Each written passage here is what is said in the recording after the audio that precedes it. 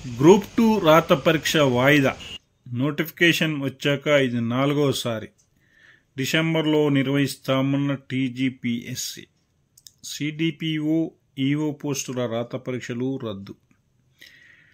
రాష్ట్రంలో గ్రూప్ 2 రాత పరీక్షల్ని Telangana public service commission TGPSC వాయిదా వేసింది. ఆగస్టు 7, 8 తేదీల్లో ఉదయం మధ్యాహ్నం జరగాల్సిన పరీక్షను రీషెడ్యూల్ చేసింది.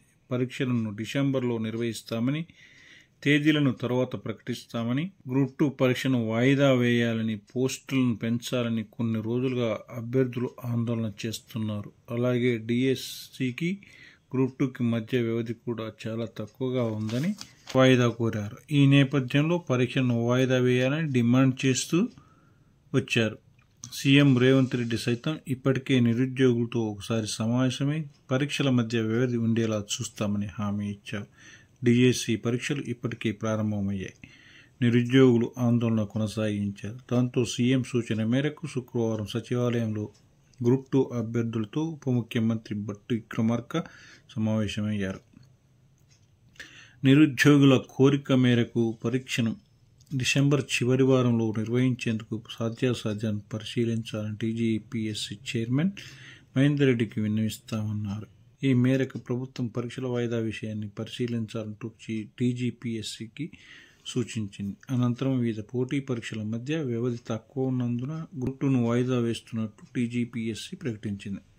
2 ఏళ్ల క్రితం వెలువడిన ప్రకటన.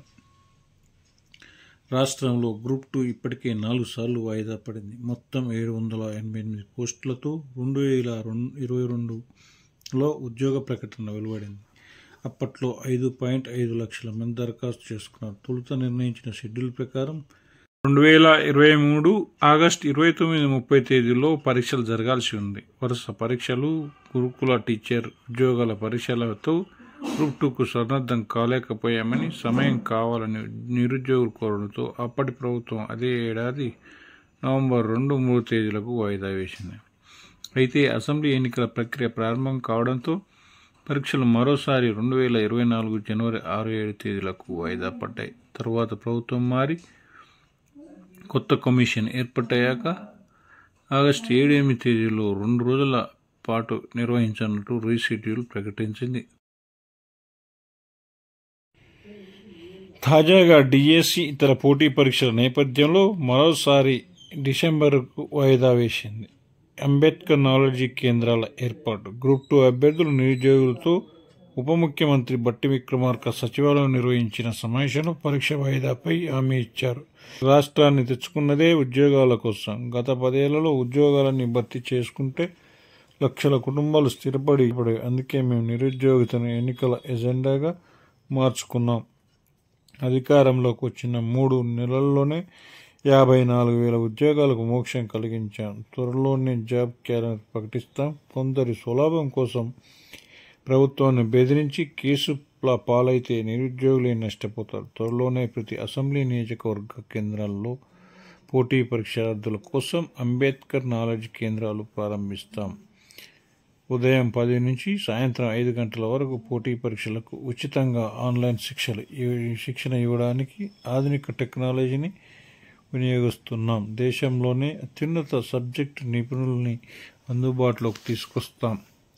అభ్యర్థులు అశోక్ నగర్లో ₹5 భోజనంతో ఇబ్బంది పడాల్సిన అవసరం లేదు. నిరుద్యోగులు చెప్పిన ప్రతి అంశాన్ని పరిశీలించి సమస్యలను ఇందిరమ్మ ప్రభుత్వం పరిష్కరిస్తుందని బట్టి భరోసా ఇచ్చారు.